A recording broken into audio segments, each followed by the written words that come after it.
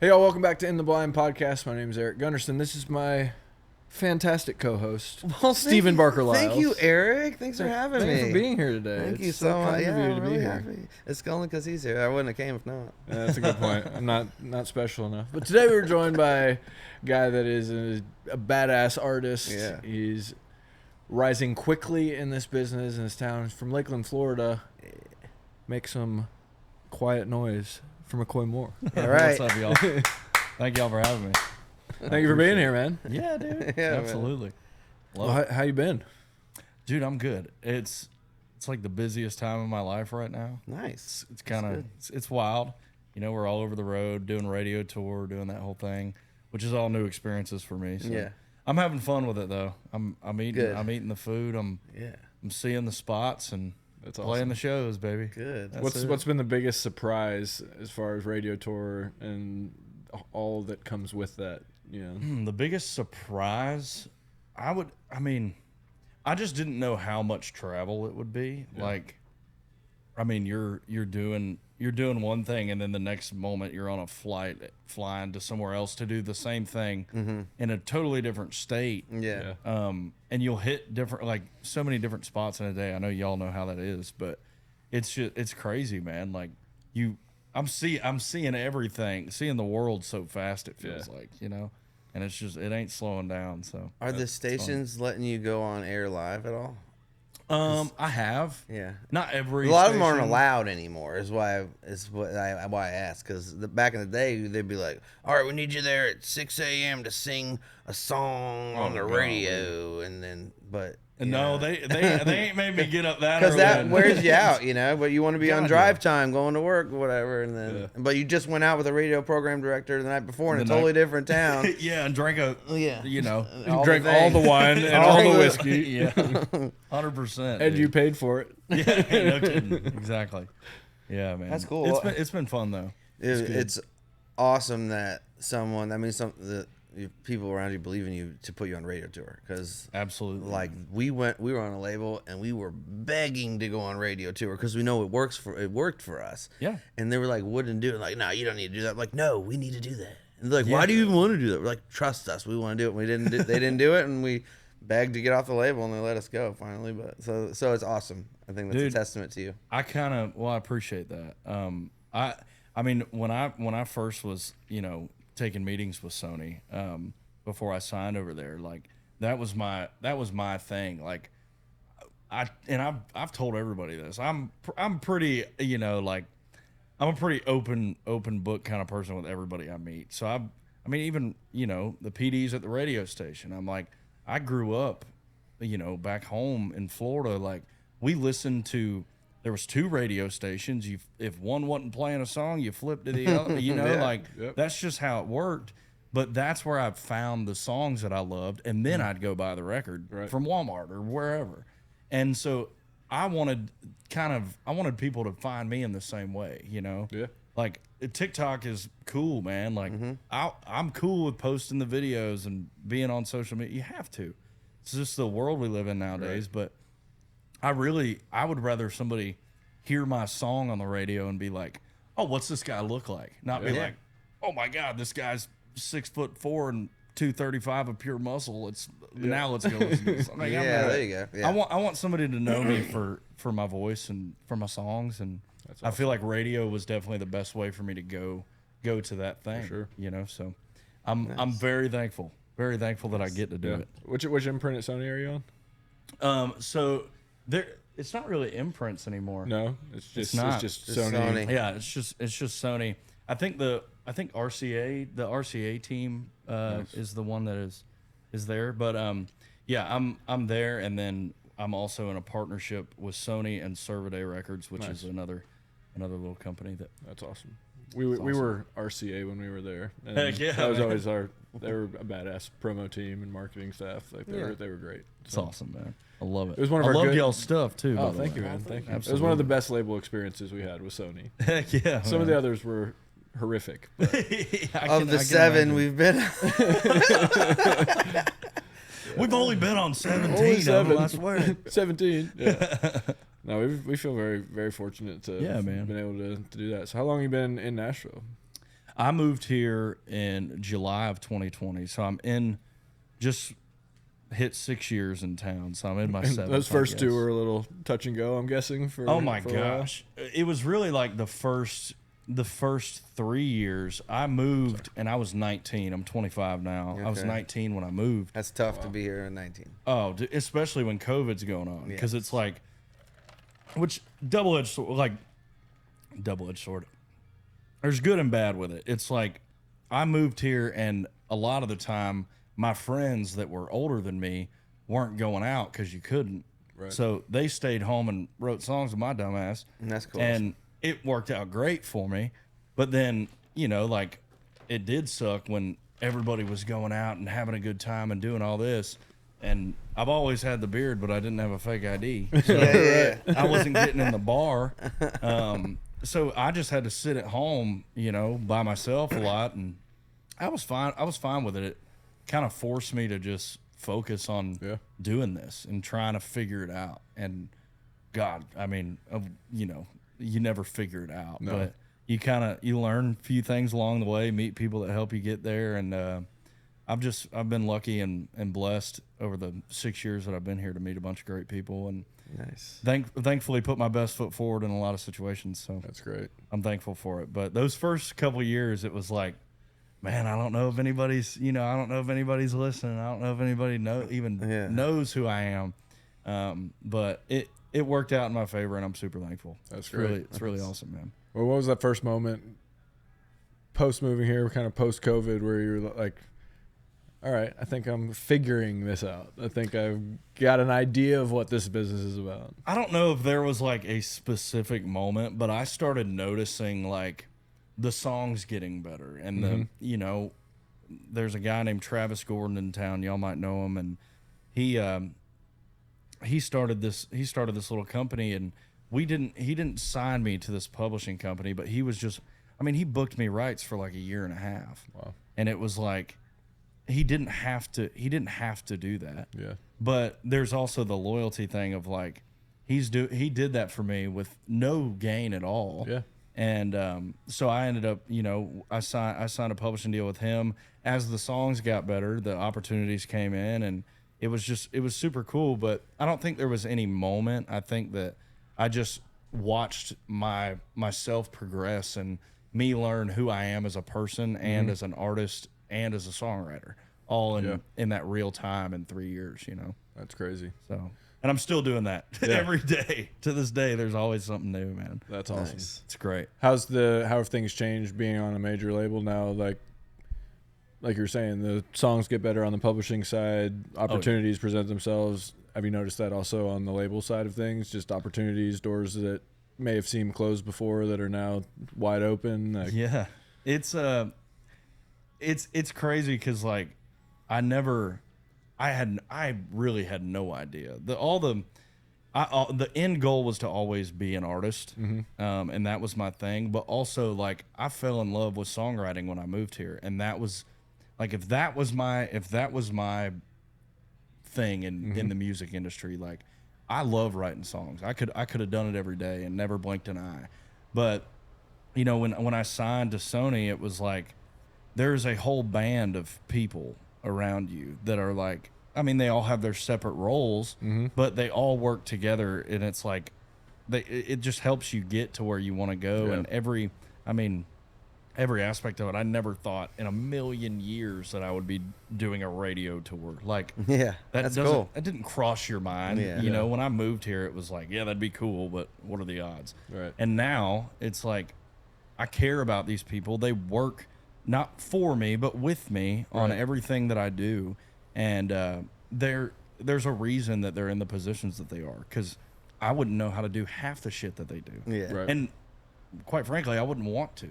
Like, I would never know, But For sure. it's awesome, man. It's a cool little, it's a cool movement. Like my name, I always say my name is on the ship, but there's a lot of people that are steering it, and a lot of people helping me out. So Do you find that causes you to, I don't know, be a little bit more purposeful with how you operate and do things, knowing that there are a lot of other people on your team that you might be steering the ship, or the ship might have your name on it, but it's like, all right, you know, if the ship counting goes on you. down, this person's counting on me for this person's counting on me for this. Maybe more so with your band and your crew as opposed to maybe the label side of it. But is that kind of shifted how you think? I think there is a pressure to it, but it's also like I feel like there's an understanding of even my songwriter buddies. Like my goal is to put diapers on their kids forever with my music. That's my goal. I want my friends that get to, you know, write songs and go home at the end of the day. That's an awesome life. I want them to be able to go and do that. And if I can have any help in it, that's huge. That's like the coolest thing in the world. But it is, you know, like my guitar player's had a girlfriend for a long time, and if he wants to go buy her a ring, like if I accept this show offer and go play this show and he gets paid again, that's one step closer to doing that thing. So there is a pressure involved with it, but also it's like I think they know that anything can happen here. Yeah. Like it can go your way one day, and then the next day it could all fall apart. And us as artists, you know, we always are just like hanging on for dear life. But So true, man. It is, but it's just awesome, man. Like even to have the opportunity to go out there and play music for, you know, if you're on a amphitheater tour, like going out there and playing for 5,000 people before the headliner comes on, that's cool, man. And every opportunity that I get to do it, I'm gonna be happy about it. And I think they know that I have the right intentions with my stuff. You know, I try to be there and put my best foot in front of me. So. That's awesome. What's the coolest thing you've gotten to do so far? Oh God. We're like one of them. Yeah, right. I feel like this year especially, I've just been all over the place. I got to play at the Opry for the first time back in May, Nice. and I just did it a second time, which was super cool. And it's just moments like that, or you know, it's kind of there's a feather in the cap, a sense of, you know, fulfillment in that. How did your invite to the Opry? How did that whole thing happen? Oh, dude, it was these suckers. They, man, we played this show, and it was on my birthday in Knoxville. And we played the Tennessee basketball arena, Thompson Boylan. And we go there, and I'm on a high, man. It's like, it's my birthday. My brother's flying in. Like, everybody's coming from Nashville because it's a close show. It's awesome, right? And so it's like 5 o'clock, and I'm always the guy that's like drinking I'll drink after the show. I'm not a drink before the show person, maybe a shot, but I was like, man, I just want to pour a Jack Daniels. So I started drinking before the show and everything, and all these people started showing up. But I couldn't find Jack Daniels in my dressing room. Like, there was none. And you know, we had a runner going to get some, but she hadn't come back yet or something. And so I was like, man, I'm gonna go to the camp house, which is Hardy's backstage room for guests and stuff. So I ran in there, and Amber from the Opry was there, and I was like, hey, good to see you, blah, blah, blah. Never a thought, never crossed my mind. Nothing. And I was like, well, that's cool. I'm glad they showed up too. This is great. This is the best birthday ever, right? So we go play the show, and we get done, and I'm out there enjoying hanging out with everybody. I'm like a damn golden retriever, dude. I'm out there having the best time of my life, and they're like somebody's ushering, or my tour manager at the time, he was ushering me to the stage, and I'm like, dude, why? Like, I'm taking pictures with this person right here. Like, give me a minute. And he's pulling me back to the back, and we get back there, and Hardy's like on stage, and he's like, y'all might have been here early enough to see McCoy Moore play. Like, I'm gonna bring him up here. It's his birthday. We want to embarrass him a little bit. So they brought me up there, and all sang happy birthday, like 15,000, whatever it is, just thousands of people singing happy birthday to me, and I'm like, half lit, like, this is amazing, dude, this is the coolest thing in the world. And then he's like, you know, the Opry wants to invite you to make your debut and everything. And I'm like, I went from the just craziest, like, this is the best birthday of all time, to like, holy shit, dude. I mean, I was crying, man. It was awesome. Dude, that's a good. I don't know if that might be one of the best ones. My brother being there too, man. It was just like, me and him we're best friends, and it's awesome getting to share those moments with everybody here that, you know, came to support me, and also my blood brother that I grew up with, you know. That's pretty So cool. It's pretty awesome, man. But How many that's one of the highlights. Is he the only sibling you have? Or you have more? He's the only sibling. Yeah. Yep. 3 years, 3 months older than me. He's bigger than me, but we probably look a little bit alike in the face, but that's about it. That's awesome. Yeah. Did you grow up in a musical family? Not at all. I didn't have any. There was no musical ties in my family whatsoever, and I grew up just singing along with the radio, you know. And my mom was always like, McCoy, how do you remember lyrics or this or that or the other? And because I would listen to a song once or twice, and you know, I could sing it back to you, and it was just weird how that connected in my mind as a kid. But my mom was always like, you need to try this, you need to do this, and I was worried about baseball. I didn't care about nothing, like most kids are. And then when I was 16, I had a pretty incredible just experience. I went to a Luke Combs show that kind of changed my life. And I went home and picked up a guitar, and I never put it down. And that's kind of how it happened. But there was no musical tie in my family whatsoever. Like, nobody ever picked up an instrument. Right. And I was in school. I had to apologize to a bunch of people, because in school I thought band kids were weird, and people that played instruments were all, you know, like nerds. Right. And now I'm like, Yeah. Shows you how growing up will change things a little bit, you know. Always got to be nice to those people. Yep, for sure. What was what about the Luke Combs show was so life changing? Well, how it happened was I was dating this girl in high school, and I found Luke on Vine, that old TikTok app. And I found him on there, and I was 16, and I was just like, dude, this guy, you know, he looks like my buddy Tucker from up the road that I grew up with. Big, red-bearded dude, just looks like he'd change your oil tomorrow, you know. And there was something cool about that I resonated with. It was like, brought the human element to it, you know, which there's a million great artists that are just, I mean, they look like GQ models, and you're like, dude, I'm sorry, but that ain't gonna be me. Yeah. I like Chick-fil-A too much. But Me too. yeah, right. But this girl that I was dating, she bought me these tickets to his show. He was opening up for Brantley Gilbert at the amphitheater in Tampa, mid-Florida. And so I got these tickets, and my mom, me and that girl split up, and my mom bought me better tickets because we broke up in between my birthday and the show.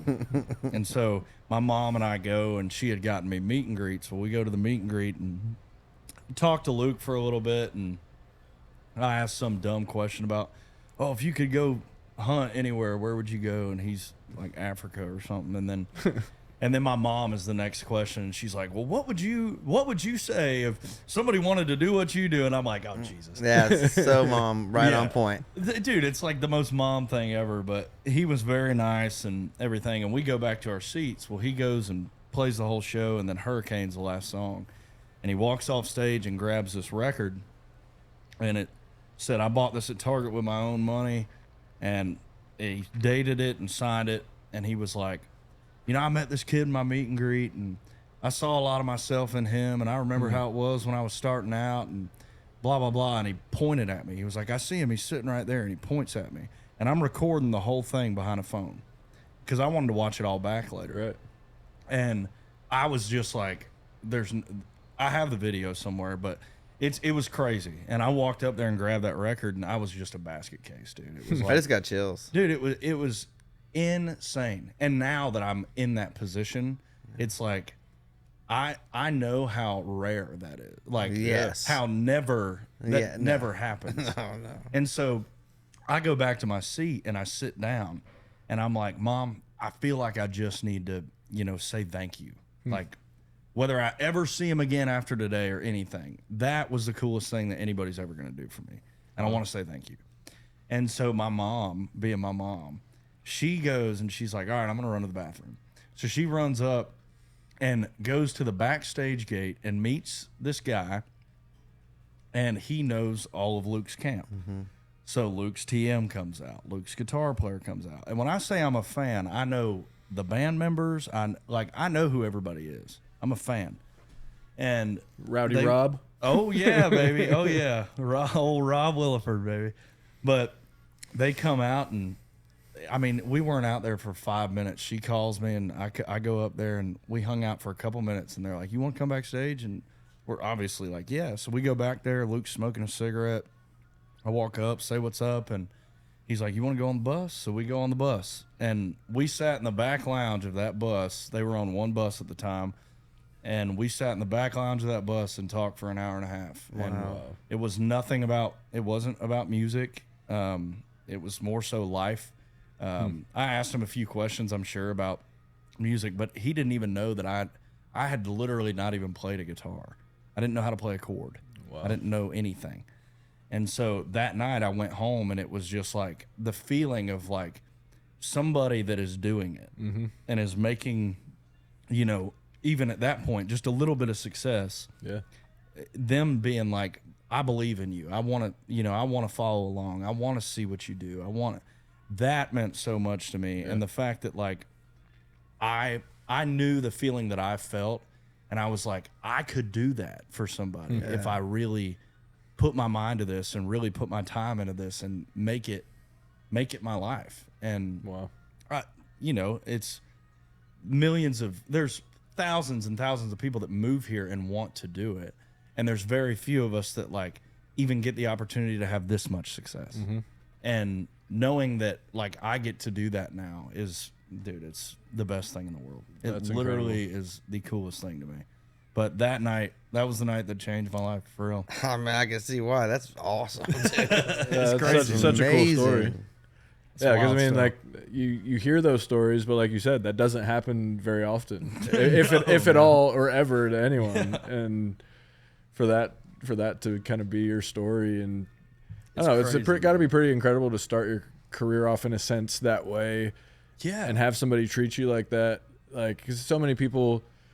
It's the opposite. It's like, oh, I was backstage. He was getting on his bus. He didn't even look at me, and he like 100%. Changed my opinion of him for the rest of my, existence, more or less. And which even in that scenario, it's like, dude, his dog just could have died, and you didn't know it. Yep. Does he know how good you're doing now? Man, well, we're label mates now. Yeah. Which is even crazier. That's all. Okay. But I mean, he's one of those people like. We've kept up with each other. I'm not saying we're not like best friends. We don't see each other all the time, but we've kept up with each other. And I'd text him when he won a big award, or when he had a kid, or any of that stuff. And every time, man, it's like if something big happened for me, when I signed a pub deal, when I signed my record deal, he was always very intentional about texting and just keeping up with me. And we got to play this festival last year down in Florida, and we got to talk about that night and kind of everything that's transpired since. So it's awesome. Crazy, man. I'm just super blessed, and I've had a lot of those moments that are just like, why is this happening to me of all people, But I kind of just let go of the reins and let God and everybody that kind of helped me out and helped me get here, take it from there. But that's super. That's incredible. Well, it's wild stuff. Congrats, and I love hearing stories like that because thanks, man. I don't know, it just gets me excited for you and for the state of the business that there are good people out there and they treat 100%. People the way that they would want to be treated themselves. And I mean, I've always don't know him well either, but I've always heard such good things about him and his camp, and he's always treated us well. And dude, he's the man. It's awesome, dude. It really is. It's cool that I feel like country music we have a community unlike any other. It's so fun. Any other. It's so nice. Yeah, I remember we were playing a show. It was us and Scotty McCreery and Kane Brown and Luke Combs opened the show. And I remember we were in our dressing room, and I remember like it was yesterday because he was good friends with Taylor Phillips, who's one of the writers on Hurricane. And like came into our dressing room. He's like, "Hey, y'all are on Sony. Like they offered me this deal. What do you think about it?" And I remember looking at it and being like, yeah, sign that because that's a million times better than the one we signed. Like, because he's already having his, kind You of get to viral keep your success. firstborn. That's a good deal. You get to keep- I was like, yeah, I don't know, I've never seen one that good, so yeah, sign that. But Dude, that's awesome. like, I remember it like it was yesterday, and It's just crazy. seeing what he's done with his career, it's been him and Kane both. I mean, Yeah. and both very much on their terms. Like we kind of were, just begging to get our foot in the door somehow, and we signed some really shitty record deals. And then, so I was glad to see guys like that in a new era where there was more social media than there had ever been. It's like they figured it out and did it on their terms. And It's crazy, man. I was a little jealous at first that those kind of deals existed for guys like that, Yeah. but at the same time, it kind of showed us what was out there and what we could do. Shortly after that, we were in between labels again, so kind of took a page from their playbook and tried. Well, to, y'all boys, I mean, y'all had some hits, man. Oh, thank you, man. Dude, I remember. Y'all had to have played. There was the radio station back in Lakeland. Y'all had to have played this little. There's a road called Banana Road, and this little place is called the Music Ranch. It's like Yeah, we played there. dude, I guarantee you I was at that show. Really? Guarantee you. I was probably in a baseball uniform with a snow cone still on my... Snow cone. That's awesome. Yeah, we dude. did that, and we always played the Strawberry Festival. Yeah, man. Heck Yeah, I played that. That was a lot one of of the fun. first. It's so funny too. It's funny you mentioned that. I had this. I just put this record out in May, and there's a song on it with Cole Swindell, and wild stuff. But my grandma actually she was like, McCoy, do you know Cole Swindell? I'm like, I know him. We've met, but we're not friends. I don't know him like that. But why? And she's like, well, he's talking about you on some radio interview, and I'm like, oh, cool. So I go look at it and make sure it ain't a scam, and then I thank Cole, and it was all real, and I thank Cole, and we connected, and I sent him this song, and he hopped on it immediately, Dang. and got on the record, which was super cool. But we were shooting content for the song, and I told him, I was like, dude, you're never gonna believe this, but in 2016, the same girl that bought me the Luke Combs tickets, I took her on one of our first dates to the Strawberry Festival to see Cole. And that was it's the funniest thing, man. The Strawberry Festival is a huge, huge part of why I am here, why I'm doing crazy. this. I did a lot. I went to so many shows there growing up. That's man. awesome. Have you It's played crazy. it yet? I have not. Oh, I have dude. not. Well, we cut this clip and send it to them. They'd probably love to have you. That's a fun. Yeah, we show. played it like 3 or 4 times, and Feel it's like- always one of my favorite shows. Like my sister married a guy that was from Florida, and he Really? brought his whole family. My aunt and uncle and grandparents were down there one year and came to one of the shows we played there. It was pretty cool. Dude, the Strawberry Festival is like the community spot, man. Yeah. I can't. They never. It's always been a dry festival too. So Yeah. it's cool, man. It's like the little family outing. We did it every year, man. Every year. That's cool. It hasn't really changed at all. It's just the same thing every time. Like we played with Tim McGraw, and they didn't bring in that's hardly so any sick. extra production or anything. It was just him on stage more or less. That's amazing, dude. Yeah, Y'all- I remember every one of those we played. It was always like a highlight of the year Was for it? me. Yeah, Little Yeah. Big Town one time. Little maybe? Big Town was one of them. Yeah. Hell yeah, dude. I wonder. I would love to know the years because I could probably trace it back and You were there. figure out. I mean, dude, that's all. Especially now that I'm a little bit older, Lakeland. It's like I go back there and you can go hunt and do stuff like that down there, but really the only thing left to do there is drink. And so if there's a Strawberry Festival going on, we're going to the Strawberry Festival. It don't matter if you're 65 or 6. Like you're Yep. going. That's So, really cool. It's awesome, man. That's cool that y'all have done that so many times. Yeah, it was. And Lakeland, they always played the hell out of our music down there. I mean, Yeah, it was man. a great market for I was us. trying to remember that program director girl's name. That Jenny. loved it. Jenny Yeah. Taylor. Yeah, Yes, Yeah, man. nice, Eric. That's why I keep him around, man. He remembers all never the forget her blonde curly hair. And Yeah, man. Heck yeah, but she was always a huge supporter too. I mean, and that's what's so cool. Like even hearing you talk about your radio tour and stuff. It's like, from time to time you'll meet some guys that are like, all right, this is just the regular, rigmarole, shake hands, buy them their fancy dinner, let their wife take home a steak and a nice bottle of wine. But like some of those people have become our best friends. Yeah. Like, Yeah. legitimately, like go on vacation with some of them.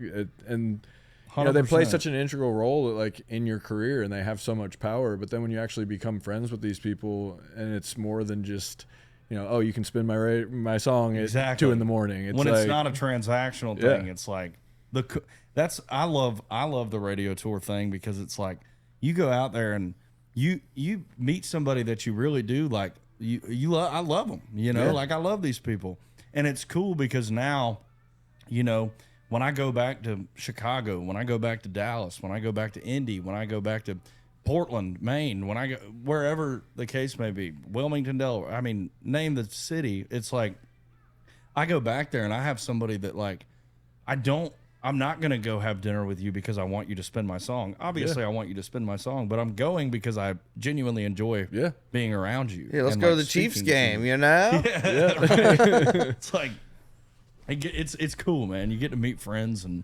it's awesome. And it's cool. Like, you know, we've been doing it long enough to see like various cycles of people that come from the radio world where they're on-air talent. Then they move to Nashville and become a record rep. And then some of them go back to radio. It's like 100%. They're always in the business in some shape, form, or fashion. And it's like, absolutely, you know, some people that were, you know, just a music director or even just a DJ are now, you know, the head of a promo department on a major label. Crazy. It's like, that's fun. You know, so it's cool to have those kind of friends in the business where it's like, hey, we're putting out new music. Why don't you at least take a listen to it? Let me know what you think. And then all of a sudden, you never know. They might have sent it to every label head that they know, and like, you know, it's crazy how relationships that you made 21 years ago can affect something right now in a completely different climate in the business. Like, that's why everything's always gotta be nice to people. Yeah, man. exactly. It's like a huge. And it's always been a pet peeve thing of mine. It's like, why be an asshole to people? Like, I mean, sure, there's certain people that are just not good people out there, and like we all know who they are, and you know it is what it is, but. Can't let those few bad apples ruin it for the rest of them. It's like, and again, 100%. I just always think back to like some of our best friends came from those radio tours that we were on. It's like, I'm so grateful just for the opportunity that was, even at the time where you're feeling like you're run ragged and you haven't slept in weeks. You have been in a different hotel room twice in one day in different cities, halfway across the country. 4 hours of sleep in 3 days. It's like, it seems like a bit much at the time, but then looking back on it, it's like that's set us up for an entire career and made these relationships. And like, hey, so and so's running Universal now. This person's the head of Cumulus. You know, it's you never know. And just remember to be good to the people on the way up, because absolutely, what's the phrase? Passing them on the way down. I don't know what the phrase is, but I know the sentiment of it. I do know the sentiment of it.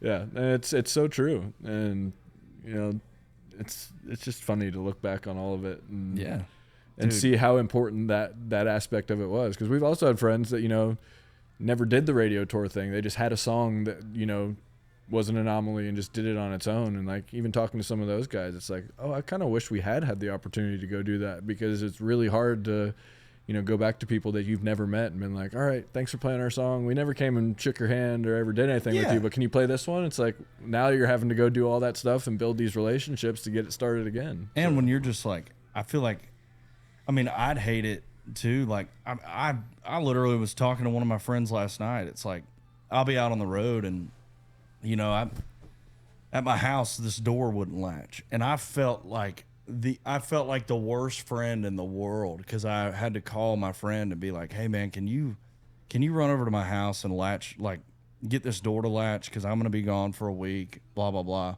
And it makes me feel bad, because I'm like, dude, I ain't seen this guy. I haven't got to hang out with this guy in 2 months, and I'm calling him asking for a favor. Yeah. It's kind of the same thing with radio in my mind. It's like, you're doing me the favor of playing my song, which is ultimately gonna help me, whether you're, you know, in the smallest town in Georgia or the biggest town in Washington State. Yep. Like, it's gonna help me in some way, you playing my song. And just for the sole fact that you're doing me a favor, I should know who you are. I should have I should make the time to know who you are, and also at least meet you, whether whether we hit it off or whether we don't. I owe you. Yeah. I owe you 100%. The opportunity to like actually get to know me in a way. To see if you like me as a person, even, you know? Yeah. You could hate the song and love me as a person, or you could hate me as a person and love the song. I feel like it'd be hard not to like for some people. For most everybody. You're fun. Oh, thanks, man. I appreciate that. Yeah, and you're right. And maybe they don't have room at that moment on their playlist, or maybe they don't. You know, that song doesn't do anything for them, but there's going to be another one. Yep. And well, the Drew Baldridge thing, dude. Oh, he never had this. example. It's a great example. He never had maybe the song of the right team around or whatever. And then, but we saw him on radio tour all the time, and all those guys were friends with him. And so then when they finally had all the ducks in a row and everything was there, they were like, couldn't wait to play the song. Yep. And it happened. It's amazing. And it goes back to the thing too. It's like Drew has always been one of the nicest. Yeah. Always been one of the most nicest genuine guys. human beings on the planet. Absolutely. We had him on here last week. Really? His episode comes out today, right? Yeah. I love it. I'll have to watch it. Heck yeah, man. Dude, he's great, man. I love that. I love that guy. I'm super happy for him. It's crazy stuff. Yeah, Crazy we had the same producer at one point in our career, and I remember, like, we were always sending videos back and forth when we'd be in the studio and whatnot. And he was just always, super gracious. I remember seeing him on the road. We played so many radio shows with him, and like guitar pulls and stuff. Yeah, and he'd always have a band. Like, I always remember. I'll never forget it because he always like had choreography for his band, like like the horn section and whatnot, and they'd all do like these dances and stuff. And I was like, I don't know how I feel about that. It's kind of cheesy, but it works for him. And like, if you know him, it makes sense. Yeah. And like, he just always kind of stuck to it and did his thing. And now he's doing what he's doing. And it just goes to show you determination and not giving up is a real thing in this business. Forever. It's awesome, man. What are some of your goals, I guess, things that, when you moved here, you were like, all right, if I just do this, I'll have made it. And then I know those things change because once you achieve those goals, you get new ones. And it seems like the goalposts are always moving, but I'm okay with moving goalposts, that's a great idea. But it's, you know what I mean? It just seems like, I remember my one goal was like, all right, if you can move to town and you can either write a #1 or have a #1 as an artist, that'll be it. Yeah. I remember as soon as that happened, it was like, all right, well, I want another one. Like, and how do I make that happen? And it was almost like I wasn't content with what we had already achieved. But you have to be driven. So I think there's like a healthy kind of balance there. But I think I took it too far to one extreme. So what's your approach? I feel like you hit the nail on the head, especially like you said it better than I probably could have. But it is a constantly changing thing, especially, and I've had to learn that. Like, I 2 nights ago, I had a moment where I was just like looking back on the 6 years of my time here. And I'm like, dude, if you really think about it, the odds when I moved here, the odds of me getting a publishing deal ever was this big in my mind. Yeah. And then everything after that, it's just like, it kept getting better and kept getting better. And another opportunity would come, another milestone will be checked off for me, and it's like I feel like in a way I have to separate myself from that in a way, because I want to do it all. Yeah. Dude. Like I do not care. I want to do everything that life has to offer me. I want to do it. That's awesome. Just I don't know why I'm that way. I love that about you, though. Well, thank you. I love it. This is all. There was never a plan B. There was never if this don't work out, I'm gonna do this thing. I had an idea of what I would have done if I would have never found music. Mm-hmm. But at the same time, like, once you do this and you realize that, like, dude, even the small little wins that don't even seem like wins at the time, dude, like. Back to radio tour, like going on radio tour and like hearing somebody say like, I'm gonna be there for you on ad day. It's awesome, dude. That's as big of a deal to me as signing a record deal or signing a publishing deal or having any success. Like, even an ad is as cool to me as anything else. It's like there's so many small things to celebrate that I think that we lose sight of because we get so accustomed to our lives as artists in the business. And I try to every day, I'm like, I get to go and like do this, and this is my job, dude. Like, I could have literally been doing anything, and I get to do it every day, and it's sick. But that's really cool. I think I've learned to celebrate the small stuff, even if it's just me celebrating it by myself at the house or something. You know, I like to cook a good steak for myself if something good happens, and it's fun, man. I just super thankful. That's great. It's awesome. I love to hear that.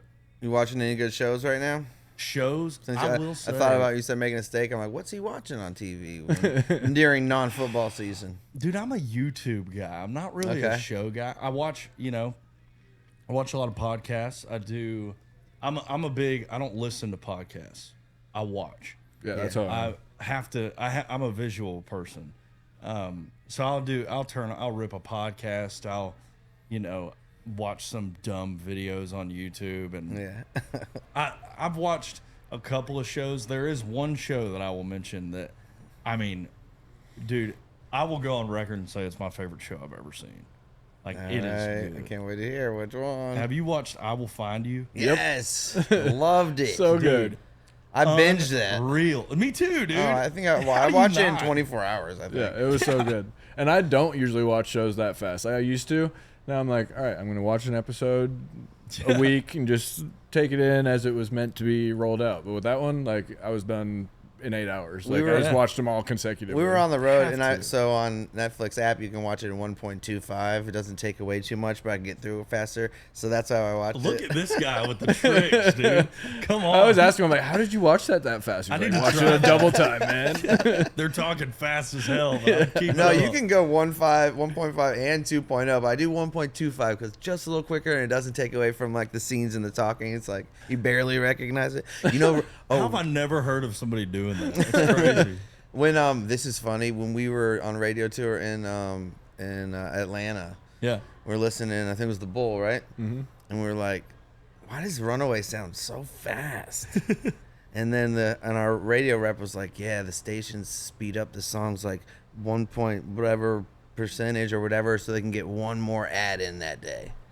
And I was like, no kidding. way. I don't know if they still do that, but I've never heard that, so that's pretty cool information there. Yeah, because I remember after, I think it was Trudy Daniels that told us that. And like, so we went in and we asked the guy, we were like, hey, where's your tech guy? Who uploads the songs? And he was like, yeah, we put this processing on it and we speed it up just enough to get one extra song in at the end of the day or wherever it is that we need it. Or an extra ad for a carpet company. Yeah, no kidding, right? It's all about the ads. That made me think of that. Yeah, I always thought that was pretty crazy. That's wild, man. It is wild. But yeah, I Will Find You. If you haven't watched that, you should go watch it. It's amazing. It's a good one. I think the only other show that I have like been that into and binged like that, there's two. Ransom Canyon is one that I love. That was a guilty pleasure one for me. I was like, I haven't. First season's great. I'm in the Have middle I not of, seen that? Oh, dude, first season rocks. It was good. Second season's good. I'm on episode like 2 or 3 though, so I'll have to give you a review later on. But it just came out, right? The second season. Yeah, like 2 weeks ago. Yeah. But then first season of The Night Agent. It's a good one. That was the other one that I binged pretty hard. Yeah, I really like that show. Peaky Blinders for life is my favorite show of all time. Never seen it, dude. It's really all good. Time. Like now, I'm sad. I'm giving it a little time because I want to rewatch it. And when someone's never seen it, I'm so jealous. Cause I'm like, man, you get to watch it for the first time. Hey, I'll watch it. You should watch it, dude. It's good. I have yet to see it, so I will go and I'll go check it out. What do you got going this fall? Well, we're doing a couple festivals this weekend, and then we're closing out the year with Hardy Good. next weekend in Texas. That's awesome. And then we'll go. We're going out with Ashley Cook this fall, which will be super fun. She's fun. Yeah, man. She's been a friend of mine for a while. Oh, so good. I like her stuff a lot. She's great, man. But we're doing that. Just focusing on the radio stuff a lot. Good. I mean, it is my wheelhouse, man. I freaking love it. So I'm going all over the place, doing all the things, playing a lot of radio shows, and just going and meeting people, man. Yeah. I'm having the time of my life out there. You dating anybody? No, No. not really. So what's it like? I was just gonna ask that. Mid We're out of that 20s game. in Nashville. Like, what's the? Like, 'cause back in the day, it was not. It was different than it is now. Like, if I was telling, I think Steven the other day, like, if I had to date in this modern kind of dating app, social media, just kind of driven world we're living in, like, I don't know if I could do it. Like, Yeah. So, like, for you, do you have like anything specific you're looking for in a woman? Do you want to get married? Is that like on the horizon for you, or It's just definitely, if it happens, it happens kind of thing? yeah. I mean, it's just at 25, I'm learning so much about myself still to this day, and I don't. I mean, I've seen people, I've done that, and I do like want to find that one day. I do, but I also want to do it when the time is right for me. Like, and dude, when I'm here, you won't catch me at a damn bar. Really? You'll probably catch me at a golf course bar. Okay, now we're talking. I'll go after a round of golf, but We love golf. Dude. yeah, man. It's like that's my. I don't go to the bars much anymore. I kind of just keep to myself when I'm home. But yeah, man. I think when the time is right, I definitely will. I'll be looking for that. Yep. I'm a pretty even keel guy. Just chill. So Well, if you do, probably find somebody. I like highly that. recommend the Skinny Dennis on Tuesday nights. Dude, everybody's telling me about this bar. I did it for the first time the other day, and I was like, oh, this is where everyone's going. And like the young, hip crowd, good looking folks in there, and the vibe is killer. The band's awesome. Love it. There you go. I'm gonna I have highly to try recommend it that. out. It's worth it. Everyone's like, go, go, go. I'm like, well, I don't have a Tuesday night pass, guys. Yeah. And then I finally Until you do. got one. I went out, and I was like, man, this is fun. Yeah, dude. So I highly recommend that. Red Door was like the spot when I was making trips up here. Midtown or East? Midtown. Yeah. When I was making trips up here, because that Luke stuff happened, and then I spent 2 years in Florida, homeschooled my last 2 years of high school. But in that time, I was making trips up here, and like there was a few times I got into Red Door when I probably shouldn't have. Yeah. But I just remember that being like dude, it was the best bar experience ever at one time. I love Red Door. I just haven't been able to like get that out of my mind. Like the pre-COVID Red Door, or like even post-COVID, just that couple years after, it was just the best time. And I don't think that it might be a mindset thing too, just like getting a little bit older and kind of always being out and doing stuff elsewhere, that when I get home, I'm just like, dude, if I'm gonna have a drink, it's gonna be I'm gonna pour a bourbon at the house and turn on I Will Find You. Well, and you work out, so you know what I mean. Yeah. Like it's like, well, I tell my friends, they're like, man, they're like, we should go out in Nashville. I'm like, dude, if you want to hang out with me, I'll tell you all these amazing places we're going through the next 3 months. Get you a flight. You can stay in my room, and I'm playing a show at a great killer bar. Yeah. We're gonna be on the beach. It's gonna be really fun. All it costs you is a flight. You can be one of our crew members. Yep. And it's a good time. But if you come to Nashville, you're just be like, quick. If you come to Nashville, I'm kind of boring. yeah. How do I go out? Can we go out somewhere? Can we do something? Like, no, we're staying at the house. And we'll play some golf, though. We'll play some golf. Hell yeah, we need to go play around. We should. Yeah, we do. That would be Dude, awesome. fun. That's done, dude. That's our favorite thing to do. Really? Yeah. Dude, let's do it. I'm not a great golfer, but man, I picked it up a couple of years ago, and it's another one of those things where it's like, I made fun of the band kids. I used to, dude, when I was a kid. I mean, we grew up in the mecca of golf, just the best area. Yeah. And I mean, Stream Song, everybody goes down there and wants to play golf. And I grew up 25, 30 minutes from it and never even blinked twice. Me too. Yeah. Like, it's crazy, but it was one of those things. I was like, oh, golf's an old man sport, blah, blah, blah. And then, roll around. COVID happened. Yeah, right. It's not an old man sport anymore. Sure ain't. It's like my favorite thing outside of hunting and fishing that I've picked up that I can do all year long. We're highly addicted to Hey, man, I'm with you on that. I'm with you for sure.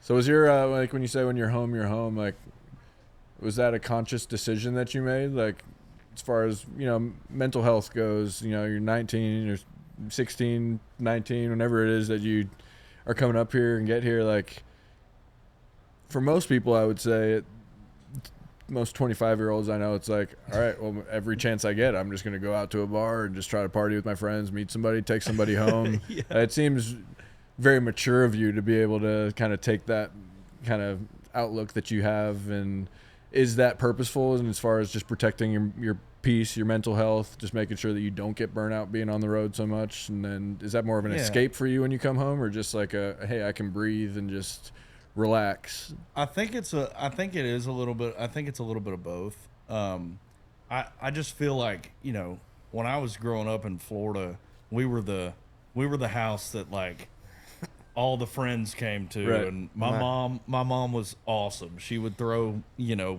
7 air mattresses in the living room, and it was like, hey, y'all, if y'all want to hang out, that's great. Y'all just crash here and we'll have a good time and whatever. Awesome. And so I kind of I had a lot of fun when I was in high school, and my couple years before I moved here, that I was coming here, and also the first couple years here when I was just networking and doing that whole thing. Like, I had a lot of fun, and I feel like I did what most people would do at my age a little bit earlier. Yeah. Crammed it all into. That's like it. Yeah, I started really early. Yeah, dude. And I honestly look back on that now, and I'm like, in a way, I feel like everybody, there's some people that don't, but I feel like everybody goes through that time in their life, and I thank God that I got through, that I did that early on. Yeah. And that ain't to say that I don't like to have a good time. Like, right. When it's time,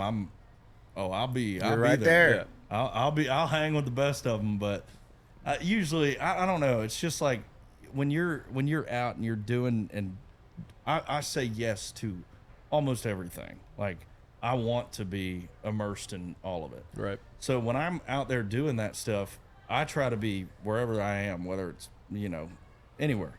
But then when I come home, that's my time to, like, man, if I want to sweep the floor, I'm going to sweep the damn floor. Like, right. I don't always want to go and, no, I don't want to shoot tequila on a Tuesday night anymore. I'm ready to, like, I want to have a clean house and wake up and be like, oh my God, like, I actually want to be in this space. Yeah. And, right. For whatever reason, I guess I find more joy in cleaning out my garage than I do getting hammered on a weekday anymore. But I think that's a good sign, though. It sounds like you've found a healthy balance. Yeah, it's good, important. Man. It kind of takes me. It's a good reminder that, like, even though you're doing all this crazy stuff that you dreamed about for a long time, it's like, I still, for lack of a better term, wipe my ass like everybody else. Right. Like, I have things to do, man. Like, I have to fold my laundry, and these filters ain't gonna change themselves. Exactly, dude. That's why I bought the damn 12-pack off of Amazon. So I don't have to Let's go to Lowe's and buy them every time. But yeah, man, I just try to, when I come home, it's just my time to kind of chill, and I catch up with my friends. We'll play a little Call of Duty, or it's just what I like to do these days. That's awesome. It's fun. Yeah. So what's your your process in writing to recording? Like, it seems these days everybody does it differently. I mean, and I think that's the beauty of the business being what it is, and that people can make records in a hotel room or a bedroom, or cut vocals anywhere. Yeah, exactly. It's wild. It used to not be a thing. Like, I remember we were making a record on the road with our producer at the time, Josh Leo.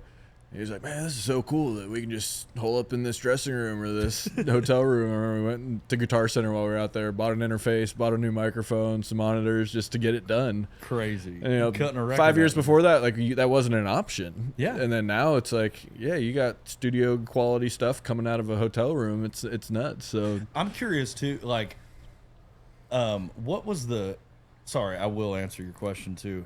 What was the process like? Did y'all ever was bus runs or stuff like that a thing when y'all were coming up? Yeah. Like, writing and stuff? Like, yeah. Oh, yeah. I mean, not really at the very beginning, but like, a guy that was a guitar tech for us and sold our merch, one of our best friends, a guy named Adam Romaine. Cool. And he was on staff with Brian and Tyler at Tree Vibes, and he ran the Tree Vibes bus. And like, that was like kidding. One of the first, like, as soon as he, was off the road with us, he started doing that.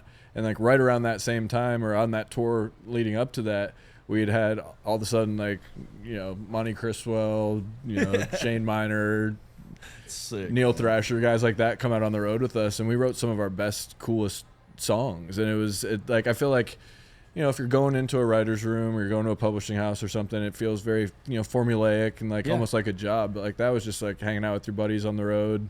And it seemed like just there were less expectations. And I think the quality of the songs just reflected that. It was just cool. It was raw. It was real. Less pressure too. Like, yeah. And that was kind of the first time that I had seen that. And I was like, yeah, that's really cool. We should do more of this. And then all of a sudden, started doing it again. And then it got around town. Yeah, and now a lot of people do it. And I think it's cool. And a lot of people's biggest hits are coming from stuff they're writing on the road. 100%. Well, I see all the. Oh, go ahead. No, I was gonna say, well, like when people start sending out an extra bus to be there, to have a separate space because the band guys aren't kind of going through. Oh, that was like really smart. Yeah. Because then like the artist can go on that bus, do what he's got to do, leave, do that, come back, and the songwriters have their own space to keep working on the songs, like all 100%. That. So that was genius. Yeah. I think too, like in my writing and recording process, I think that over the years, like there was a time where I really loved coming to Music Row and like doing that, and I still do, but also I just noticed like I feel like I am better off like being in a place that makes me comfortable and makes me like, oh, I've found that if I go down and I sit in a room and write, start at 11 a.m. and it gets to 2:45 and I'm like, well, damn, that traffic over there off 24 is gonna suck or this. Then I'm like, not caring any less about the song, but also my mind ain't even there anymore. Yeah. It's what's gonna happen on my way home, or what time am I gonna get home? Am I gonna be able to make dinner tonight at 7, or am I gonna have to go Uber Eats some? So I just feel like if I can go down to Florida and go on a retreat, or go and do this thing, and hell, if I want sushi at 2:43 in the afternoon, I can order sushi like that and have it, and I don't have to worry about going nowhere. We love songwriters retreats. It's the best. It is. And you I'm come away with more of that now. like 10 songs, whereas I would have had maybe a song and a half if I had stayed here in town. And it's like when you find your crew too in town, it's like, and I didn't realize it until really here recently. Like, you don't realize. I feel like a lot of people don't realize that when you sign a record deal and when you are out on the road and you're busy, it's tough when you came up with these guys and they helped you write your first record, and then you look at your calendar and it's like, well, I'm writing with them 3 times this year, right? And I can go plan a 3-day retreat and we'll get 10 songs, right? And that's 10 days worth of stuff that we got done in 2. Yes. And we're sitting there together for those 2 days and doing that. And it's just that I feel like that is the most productive way to do it. Yeah. Especially with somebody that like, when you're as busy as a touring artist is, like, I feel like that's the most productive way to get things done these days. Yeah. I couldn't agree more. It's great. Now on the recording side, do you have a particular studio you work out with your producer, or do you? We did I think it was Starstruck and it was Soundstage. Yeah, Starstruck and Soundstage. We cut some sides at both places, and Will Bundy's my producer. He's been awesome, man. He's Lauren's husband, right? Yep, yeah. Lauren Watkins' husband. So yeah, man, he's been great, and I tell people all the time, he's like me, but from Virginia. Yeah. Like we have a similar sense of humor and get along great, and That's awesome. everything, dude. When I tell you, like, and I don't sugarcoat I am not. I mean, you ask me anything about music theory, I'm about dumb as a box of rocks. I don't know when everybody's talking like, oh yeah, it's a 4, 5, 6. I'm like, dude, just Flat tell 7 me, what? Tell me the chords and. Like, that's my thing. I'm not a music theory guy, but anything that I say, his hands can do the work there. Yeah. Like on the board and everything. So it makes it easy to work with him, because it's like he gets my dumb my dumb language Right.